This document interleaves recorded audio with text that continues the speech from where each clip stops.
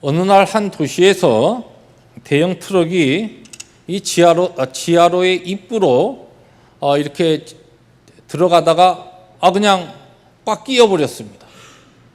이 트럭이 들어가지도 못하고 나가지도 못하고 그냥 지하로에 꽉 끼어 있어서 경찰이 출동하고 또 구경꾼들이 모여들고 이 차를 꺼내기 위해서 기술자들이 모여들었습니다. 그때 한 소년이 이 트럭 운전 기사가 이 당황해서 서성거리고 있는데 그 옆에 와서 이야기합니다. 아저씨, 제가 차를 빼낼 방법이 있는데요. 그러니까 아저씨가 야, 애들은 가라가. 그러면서 야, 어른들이 알아서 할 테니까요. 다쳐 빨리 가. 그렇게 이야기합니다. 아저씨, 제가 방법이 있다니까요. 잔소리 말고 빨리 가. 입이 이만큼 나와서 이 소년이 가면서 이야기를 합니다. 아저씨, 그 타이어에 바람만 좀 빼면 차 뺄 수 있는데. 그러면서 가는 거예요. 이 운전기사가 그 이야기를 탁 듣고 버떡 생각이 났습니다. 그래서 한참 기술자들이 차를 가지고 이리저리 보고 있는데 타이어 바람을 조금 빼고 차를 움직였더니 차가 스르르 지하로에서 빠져나왔다는 것입니다. 이 예언은 우리에게 우리의 인간관계에 있어서 우리의 삶에 있어서 답답하게 앞으로 가지도 못하고 뒤로도 가지도 못하는 것 같은 정말 우리 인생의 길에서 무엇인가 꽉 막힌 듯이 우리의 삶을 그렇게 끼게 만드는 압박하는 그와 같은 삶의 어려움과 또한 관계의 문제 가운데서 어떻게 그 문제를 해결할 수 있는가라고 하는 지혜를 우리에게 이 예화가 던져주고 있습니다. 너무 바람이 많이 들어있기 때문에 그렇다는 겁니다. 우리의 삶에 있어서 욕심의 바람이 너무 많이 들어있고 자존심의 바람이 너무 많이 들어있고 우리 나름대로의 경험의 바람이 너무 많이 들어있기 때문에 우리의 삶에 있어서 구석구석에 갈등과 다툼을 만나게 된다는 것입니다. 강영진 박사가 쓴 갈등 해결의 지혜라고 하는 책이 있습니다. 이 책의 부제가 밑에 작게 달려있는데 화면에 잘 보이지 않습니다만 그 부제가 무엇이냐면 갈등은 힘으로 풀리지 않는다. 오직 지혜로만 풀 수 있다라고 하는 부제가 달려 있습니다. 갈등은, 다툼은 우리의 삶에 있어서 원치 않지만 우리의 삶의 구석구석에서 우리의 가정에서 뜻밖의 가장 가깝게 마음이 통해야 될 아내와 남편 사이에서 부모와 자식 간에 있어서 그런가 하면은 신앙의 공동체 안에서 또 우리의 일터에서 만나는 사람들의 관계 속에서 내가 원치 않는 것 같은 갈등과 다툼을 만나게 될 때 우리는 자주 내가 가지고 있는 어떠한 힘으로 그것을 풀려고 하는 경우가 있다는 것입니다. 그러나 갈등은 힘으로 풀리지 않습니다. 갈등은 지혜로 풀 수 있다는 말씀입니다. 오늘 우리가 읽은 본문 창세기 13장 말씀에 보면은 7절에 보니까 아브라함의 목자와 롯의 목자가 더 좋은 목초지를 갖겠다고 다툽니다. 다툼이 일어났습니다. 여기 보면 6절에 보니까 그들의 소유가 많아서 동거할 수 없었다. 그와 같은 다툼의 원인을 이야기합니다. 결국 하나님의 축복으로 받은 그 풍요로움 때문에 아브라함과 조카 롯과 그의 목자들 간에 지금 다툼과 갈등이 시작되었다는 것입니다. 오늘 우리가 살고 있는 현대가 그 과거의 어떠한 시대보다 풍성합니다. 부여롭습니다. 하나님 앞에 예배하고 있는 우리 대부분이 한국의 삶을 살다가 미국에 이민을 오신 분들입니다. 오늘 우리의 삶과 과거의 한국의 삶을 비교해 볼 때에 정말 비교할 수 없을 정도로 오늘 우리의 삶이 풍요롭고 우리의 환경이 넉넉합니다. 그런데도 불구하고 과거보다 우리의 삶에 다툼과 갈등과 어려움과 분쟁의 그와 같은 문제들이 더 많다는 것입니다. 왜 그런가? 우리에게 가지고 있는 바로 빼지 않은 잔뜩 부풀어 있는 우리의 인생의 근본적인 죄의 욕심 때문이요. 또 우리가 가지고 있는 우리 나름대로의 우리의 자존심과 우리의 높아짐과 또 우리의 다른 사람 앞에서 마음을 열고 받아들이지 못하는 우리 자신의 심령의 교만이 있기 때문에 그렇습니다.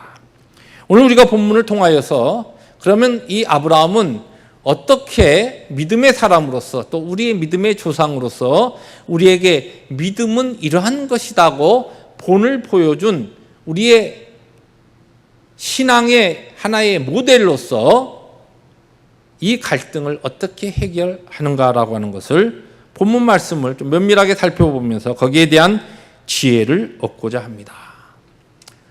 사람이, 세상이 아니면 인생의 경험이 주는 지혜가 아니라 하나님의 말씀이 주는 지혜는, 믿음의 지혜는 무엇이냐는 이야기입니다.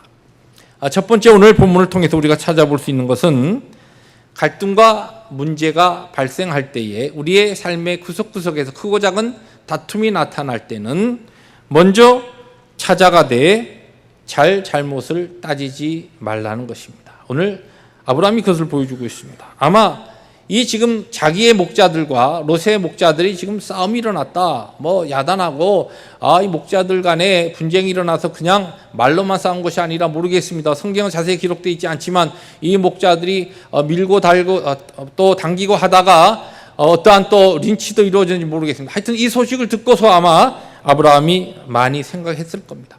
고민했을 겁니다. 그래도 내가 삼촌이고 나 때문에 그래도 롯이 지가 지금 저렇게 재산이 많아지고 저렇게 부자가 된 것이 누구 때문인데? 나 때문인데. 아니, 조카인 지가 양보해야지. 그리고 그 롯의 그 목자들도 그렇지. 지금 상황을 보면 몰라? 자기들이 지금 양보해야지. 무슨 그런 것을 가지고 지금 다투고 싸운단 말인가. 아마 그렇게 생각할 수 있었을 것입니다. 아마 그의 마음속에 우리 한국 사람들이 일반적으로 생각하는 이놈이 올챙이적 생각을 못하고 이게 까부네라고 하는 생각을 했을 수도 있습니다. 그런데 아브라함은 그와 같은 고민과 복잡한 생각을 하면서 그래도 지가 조카인데 이 삼촌을 찾아와야지 하고 기다리지 않았습니다. 아브라함은 삼촌이었지만 먼저 롯을 찾아가서 그 문제를 먼저 풀어 나갑니다. 여러분, 아브라함이 움직이지 않았다고 한다면 아무 일도 일어나지 않았을 것입니다. 우리가 자주 어떠한 문제, 어떠한 우리의 삶에 있어서 크고 작은 그와 같은 분쟁과 다툼과 갈등을 만나게 될 때에 우리는 기다립니다. 그리고 우리의 자존심 때문에 내가 이거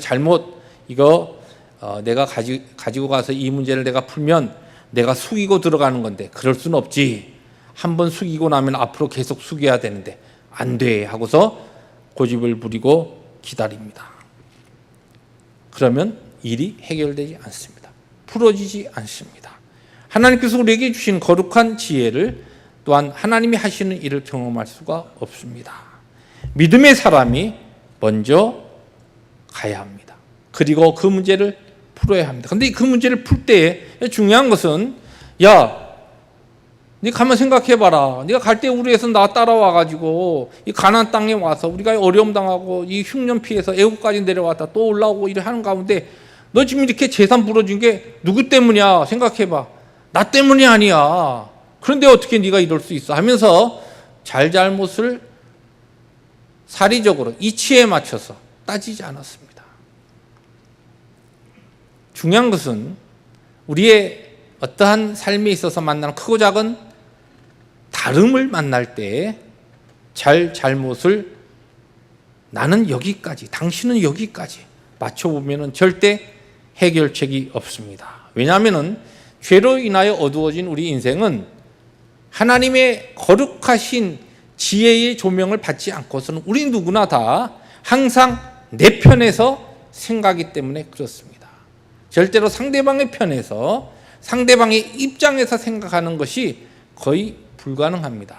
하나님께서는 우리를 창조하시고 우리에게 은혜 가운데서 하나님의 형상을 담게 하셨지만 우리가 죄로 인해서 타락해진 우리의 인생의 본성은 항상 나부터 생각하게 되어 있다는 것입니다. 그러므로 잘못은 상대방의 잘못을 생각하지 내 잘못은 비록 안다 하더라도 그렇게 그 부분에는 후하고 점수를 좋게 해주는 것이 우리의 인생의 본질입니다. 그러므로 내가 이 문제를 정확하게 정확하게 보고서 내가 알고 있는 전문적인 지식을 가지고 요게 잘잘못을 따지자, 그것은 아니라는 것입니다. 두 번째로 바른 가치관을 가져야 합니다. 이런 갈등과 다툼이 일어날 때에 아브라함은 무엇보다도 물질보다 관계가 더 중요하다라고 하는 가치관이 분명히 그에게 믿음으로 정립되어 있었습니다. 신앙의 사람은 모든 이 세상을 살아가는 삶에 있어서 신앙의 가치관을 가져야 됩니다. 신앙의 가치관은 무엇이냐? 우리가 믿음이 있기 때문에 믿음이 없는 사람과 무엇이 중요하고 무엇이 덜 중요한가라고 하는 이와 같은 중요성에 대한 분명한 기준이 믿음의 근거에서 달라야 한다는 것이에요. 믿지 않는 사람은 믿음이 없기 때문에 그들이 무엇을 소중하게 여기고 무엇을 덜 소중하게 여긴다라고 하는 것이 그들의 가치관이 있습니다. 그러나 믿음의 우리들은 그러한 면에서 분명히 믿음이 없는 사람들과 달라야 합니다. 그런데 오늘 이 시대의 신앙의 사람들이 무엇이 소중하고 무엇이 덜 소중한가, 무엇이 중요한가라고 하는 이 부분에 있어서는 내가 신앙으로 고백하는 믿음 외에는 믿지 않는 세상 사람들과 동일한 것을 자주 만나게 됩니다. 저와 여러분들의 삶 가운데 혹시 이와 같은 혼돈된 세상의 잘못된 가치관과 혼돈된 그와 같은 가치관을 가지고 있지는 않느냐는 것입니다. 아브라함이 롯에게 이르되 우리는 한 친족이라 나나 너나 내 목자나 내 목자나 서로 다투게 하지 말자. 이 8절의 말씀입니다. 갈등이 일어날 때 이 지금 아브라함은 분명히 우리의 지금 이 문제에 있어서 더 중요한 것, 정말 제일 중요한 것이 무엇인가? 이 물질, 내 소유, 내 지금 양들과 소들이 보다 더 좋은 목초지에서 아니면은 좋은 어떤 우물가에서 그들이 먹고 그래서 내 소유가 안전한 이것이 중요한 것이 아니라 정말 중요한 것은 너와 내가 친족이라는 것이에요. 우리는 하나라고 하는 것이에요. 공동체라고 하는 것이에요. 여러분, 왜 부부의 갈등이 나타날 때 그 갈등이 치료되지 못하고 신앙의 갈등인데도 불구하고 신앙의 가정인데도 불구하고 그 문제가 어려워지느냐? 여기 있어서 믿음의 가치관, 하나님께서 어쩌다가 우리 만나서 사는 거 아닙니다. 하나님께서 하나님의 영원한 계획 가운데 우리를 구원하셨을 뿐만 아니라 우리를 선택해서 세상으로부터 구원하셔서 하나님의 영광을 위해서 이 땅에 살게 하신 하나님의 목적이 있을 뿐만 아니라 또 그와 같은 목적을 이루어가는 우리의 삶에 있어서 만나는 사람들 어쩌다가 아무렇게나 만나게 하나님께서는 절대 그렇게 하시지 않았습니다. 여러분 주위에 앉아있는 사람들, 여러분 함께 가정에서 살아가는 여러분의 가족들, 신앙의 공동체의 믿음의 가족들, 여러분 일터에서 만나는 사람들, 그냥 어쩌다가 내가 저 사람을 만났을까? 아닙니다. 하나님께서 만나게 하셨습니다. 그러므로 이 가치관 무엇이 중요한가? 우리가 이 관계, 이 상황을 다른 어떤 것보다 소중하게 여기는 이 가치관이 바로 정립되어 있어야 한다는 것입니다. 그리고서 오늘 사실 말씀의 가장 중요한 포인트입니다. 믿음으로 이 아브라함은 양보했습니다. 믿음으로 내려놓았습니다. 가치관을 가지고 그에게 있어서는 지금 롯과 내가 그래도 한 친족인데 이 관계가 중요하다. 그런데 또 중요한 것도 있습니다. 그의 목자들과 그의 양과 소떼들이 풀을 뜯고 또 물을 마시고 하는 그 같은 그 자신의 기업도 중요합니다. 그것이 중요하지 않은 것은 아니었습니다. 그러나 이 둘 중에서 무엇이 더 소중한가? 이것이 가치관입니다. 관계가 더 소중하다라고 하는 것을 그는 알았습니다. 우리는 자주 신앙생활하면서 혼돈하는 것 가운데 하나가 베스트와 굿, 정말 우리에게 가장 귀한 것, 좋은 것과 그냥 좋은 것을 혼돈합니다. 그리고 혼돈할 뿐만 아니라 이 두 가지를 다 가지려고 합니다. 어떤 경우에는 하나님께서 우리의 삶을 통하여 더 베스트를 믿음으로 가치관을 가지고 분명하게 선택하고 그것을 선택하면서 선택하는 대신에 때에 따라서 그것을 내가 붙잡는 그 대가로 하나를 포기하도록, 하나를 버리도록 그렇게 요구하실 때가 있습니다. 좋은 것을 포기하는, 믿음으로 포기하는 그 마지막 순간이 우리의 모든 문제를 풀게 하는, 우리의 엉클어진 모든 관계를 풀 수 있는 중요한 마지막 성경이 이야기하는 지혜라고 하는 것입니다. 여러분, 아브라함의 이러한 양보는 믿음이 있었기 때문에 그렇습니다. 믿음이라고 하는 것은 무엇입니까? 믿음은 보지 못하는 것들의 실상이라고 했습니다. 믿음은 보는 것을 믿는 것이라고 이야기하지 않습니다. 지난 금요일에도 말씀드렸지만 우리가 어떤 것을 보고서 믿습니까? 아멘. 그건 말이 안 되는 것이라고 했습니다. 안 보이는 것, 볼 수 없는 것을 믿음으로 고백하는 것이 믿음입니다. 롯은 그의 눈에 보이는 것을 보고서 그리고서 선택했습니다. 그러니까 양보할 수 없었습니다. 그러나 아브라함은 믿음으로 보이지 않는 것, 하나님의 약속, 내가 지금 이 순간에 있어서 내가 이 롯과의 관계를 소중하게 여기고 내가 양보하고 내가 지금 내 가족과 내 지금 이 식솔들이 조금 손해를 본다 하더라도 이 부분에 있어서 내가 믿음으로 결단하며 내려놓을 때 하나님께서 이 부분을 책임지신다라고 하는 그 믿음이 있었습니다. 이미 아브라함에게 주신 하나님의 약속과 그를 통하여 믿음의 조상을 만들고 그와 그의 자손들을 하늘의 별과 또한 바다의 모래처럼 수많게 하시겠다고 하신, 그리고 그를 통하여 하나님께서 위대한 하나님의 나라를 세우시겠다고 하신 그 약속을 바로 아브라함은 믿었습니다. 그 약속이 있기 때문에 하나님께서 그를 통하여 영광 거두시고 그를 통하여 많은 믿음의 자손들을 이루신다라고 하는 그 같은 하나님의 약속이 있기 때문에 그가 지금 이러한 경우에 양보하고 그가 롯에게 좋은 것을 선택하도록 한다 하더라도 그래도 그 다음에 모든 것은 하나님께서 책임지신다라고 하는 이와 같은 확고한 믿음이 그에게 있었다는 것입니다. 믿음이 있었기 때문에 양보할 수 있었고 믿음이 있었기 때문에 포기할 수 있었습니다. 오늘 여러분들이 받으신 주보의 목회 단상에 영성일기로 잘 알려진 유기성 목사님의 그 일화를 제가 소개했습니다. 이 유기성 목사님은 상당히 이 목사 아들로 태어나서 아주 샤프하게 공부를 잘했다고 합니다. 예.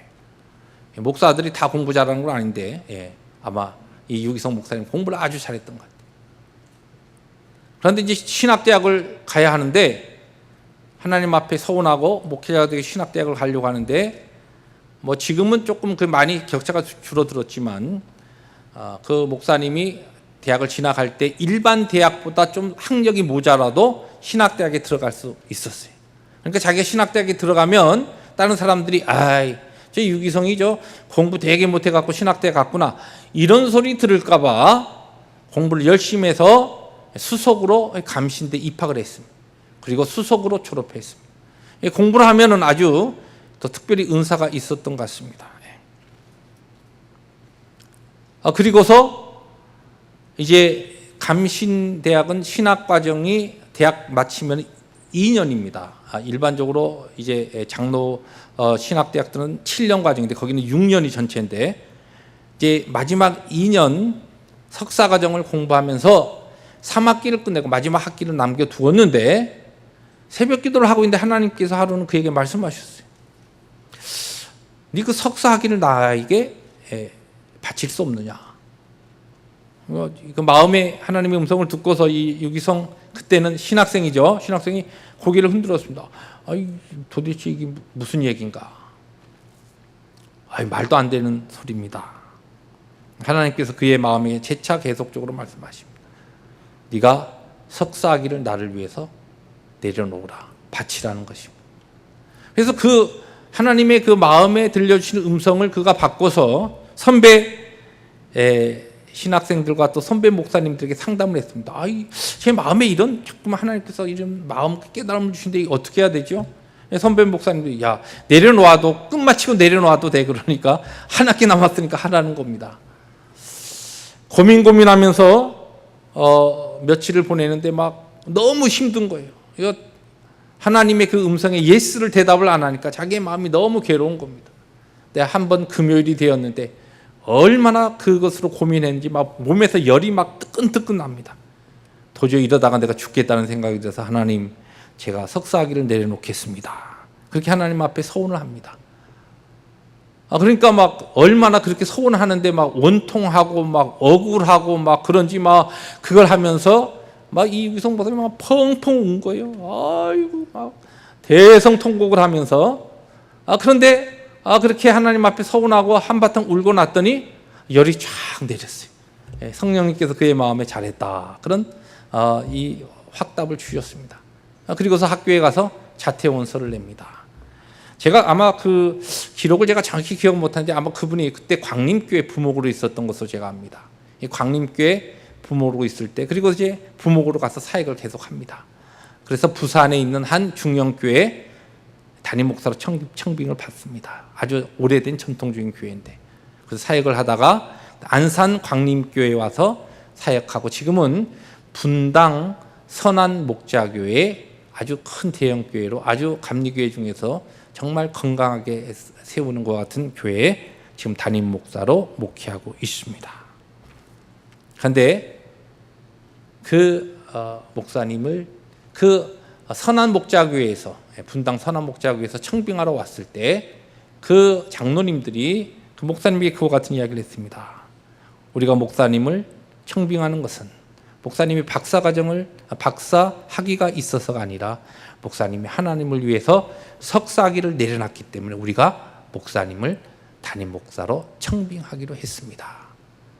그 유기성 목사님은 신학생 시절에 하나님의 그 음성을 듣고서, 내가 이거 석사학위뿐만 아니라 박사학위 가지고서도 목회하기가 힘든데 이거 내려놓으면 누가 석사도 못 끝내고 신학교 제대로 과정도 못 끝내 나 같은 사람을 어떤 교회에서 불러줄까? 그게 제일 목회를 하러 나가야 되는데 그게 제일 그의 마음에 걸림돌이 되었고 제일 힘든 문제였다는 것이에요. 그런데 하나님 앞에 믿음으로 내려놓았을 때 하나님께서는 오히려 그것을 받으시고 오히려 그 목사님을 하나님의 영광을 위해서 크게 사용하고 계신다는 것입니다. 제가 작년 말과 올 초 들어오면서 기도하는 중에 이제는 학교를 정리하고 학교 사역을 정리하고 이제 펠로십 교회 담임 목사 사역으로 총매진해야 되겠다라고 하는 여러 가지 상황으로 하나님 깨달음을 주셔서 그렇게 교회적으로 이야기를 했더니, 저는 걱정 안 하는데 교인들이 막 걱정을 해가지고 잠을 이루지 못하고 열심히 계산기를 두드리면서 어떻게 해야 되냐 이렇게 고민한다는 이야기를 듣고서 참 답답한 마음을 금할 수가 없었습니다. 사랑하는 성도 여러분, 저는 분명히 믿습니다. 제가 지난 6년 동안도 하나님의 은혜 가운데 하나님께서 그렇게 허락하셔서 양쪽 사역을 감당하면서 해왔지만, 이제 내년 상반기 끝나고 하나님 앞에 그 사역 내려놓고, 어떻게 보면 세상적으로, 어떻게 보면 인생적으로는 내일에 대한 노후가 보장될 수 있는 좋은 것이지만 하나님 앞에 하나님의 영광을 위해서 내려놓을 때 하나님께서 더 좋은 곳으로 준비하여 주시리라 믿습니다. 그런 믿음이 있기 때문에 내려놓는 거예요. 왜 제가 걱정하는데 여러분들이 걱정합니까? 제가 걱정할 문제인데. 여러분, 믿음은 무엇입니까? 보이는 것을 가지고 그걸 열심히 주판 튕겨서 그래가지고 어떤 분은 그렇게 생각합니다. 지금 이제 목사님 들어오시면 우리 교회 지금 형편이 이거 교인도 몇 안 되는데, 우리 마음이 무거워서 안 되는데, 목사님 대충 정리하고 다 정리하고 그러고서 목사님 이제 그럼 들어오세요. 계산해 보니까 대충 될 것 같습니다. 여러분, 그렇게 해서 제가 들어오면은 사역이 되겠습니다. 저희 교회가 이 펠로십 교회를 통해서 하나님께서 이 넓은 이 큰 본당 주신 게 왜 주셨겠어요? 내 집을 채우라고 주신 줄 믿습니다. 이 남가주 한인교회를 섬기는 교회로 하나님께서 세워주시라 믿습니다. 그저 한 100명 되는 이 교인들을 올망졸망 그냥 서로 위로하고 서로 또 격려하면서 소꿉장난 하듯이 그렇게 살기 위해서 우리를 불러주신 것 아닌 것이라 믿습니다. 하나님의 위대한 그 비전과 영광을 위하여 우리를 불러주셨습니다. 제가 하나님 앞에 또 특별히 내려놓기로 다짐한, 또 하나님 앞에 그렇게 결심한 이유는 제가 가만히 보니까 성도들이 더 열심히 섬기고 하나님 앞에서 헌신해야 될 부분을 제가 그냥 감당하고 있음으로써 우리 성도들이 하나님 앞에 복을 받지 못한다라고 하는 것을 제가 깨달았기 때문에 그렇습니다. 저는 분명히 믿습니다. 하나님 앞에 내년부터, 아니 이미 지금부터 하나님께서 우리의 교회와 하나님의 성도들의 기업을 더 크게 축복하시리라 믿습니다. 여러분들의 삶 가운데 하나님 앞에 헌신하며 하나님 앞에 믿음의 성장이 이루어지리라 믿습니다. 왜 우리의 신앙이 성장하지 못합니까? 제자리 걸음으로 오늘에 만족하고 있기 때문에 그렇습니다. 우리의 눈에 보이는 것만 가지고서 우리들이 계산하고 그렇게 우리들이 안주해 있기 때문에 그렇습니다. 하나님의 영광과 하나님의 또한 특별하신 그 역사를 경험하기 위해서는 믿음으로 내려놓아야 될 것을 내려놓아야 되며 하나님의 역사를 체험하기 위해서는 우리들이 하나님 앞에 포기해야 될 것을 포기해야 하는 것입니다. 그러할 때 하나님께서는 우리의 모든 문제를 푸시고 하나님의 역사하심을 우리 가운데 보여주시리라 믿습니다. 먼저 하나님의 나라와 그의 의를 구하면 이 모든 것을 더해 주실 것이라고 하는 것을 믿는 것이 믿음이요, 그 믿음을 우리의 삶 가운데 선포하며 순종하는 것이 참된 믿음의 사람의 삶인 줄 믿습니다. 오늘 성경 결론적으로 보면 우리가 잘 알듯이 믿음을 가지고서 그 문제를 풀고 바른 가치관을 가지고 베스트를 위해서 좋은 것, 그것을 하나님 앞에 포기하고 내려놓은 이 아브라함은 하나님께서 그 다음에 바로 여러분 오늘 본문을 뒤를 읽어보십시오. 그에게 다시 찾아오셔서 하나님께서 그를 다시 축복하십니다. 약속하십니다. 그러나 눈에 보이는 것만 가지고서 정확히 계산해서 자신의 유익을 선택하고 나갔던 롯은 그의 말로가 어땠습니까? 그의 생애가 비참했습니다. 믿음의 사람들은 다른 것이 아닙니다. 보이지 않는 상황 속에서도 하나님의 약속을 붙잡고 하나님의 영광을 체험하기 위해서 믿음으로 결단하며 순종의 삶을 살아가는 사람들이 바른 믿음의 사람인 줄 믿습니다. 사랑하는 성도 여러분, 우리가 이 땅에 살아가는 동안에 우리는 원치 않는 크고 작은 갈등과 다툼, 또 우리의 삶에 있어서 가정에서, 우리 일터에서, 교회에서 사역하다 보면 다른 그와 같은 부분들을 만나게 됩니다. 그럴 때에 먼저 하나님께서 나에게 주시는 믿음과 지혜를 가지고 먼저 그 문제를 찾아가서 내가 낮은 자리에서 내가 오히려 수그러들면서 내 자존심 내려놓고, 그리고 잘잘못 시시비비 따지지 말고 바른 하나님 앞에 가치관을 가지고 내가 내려놓을 것, 포기할 것, 하나님의 영광을 위해서 내가 손해볼 것 손해봐야 합니다.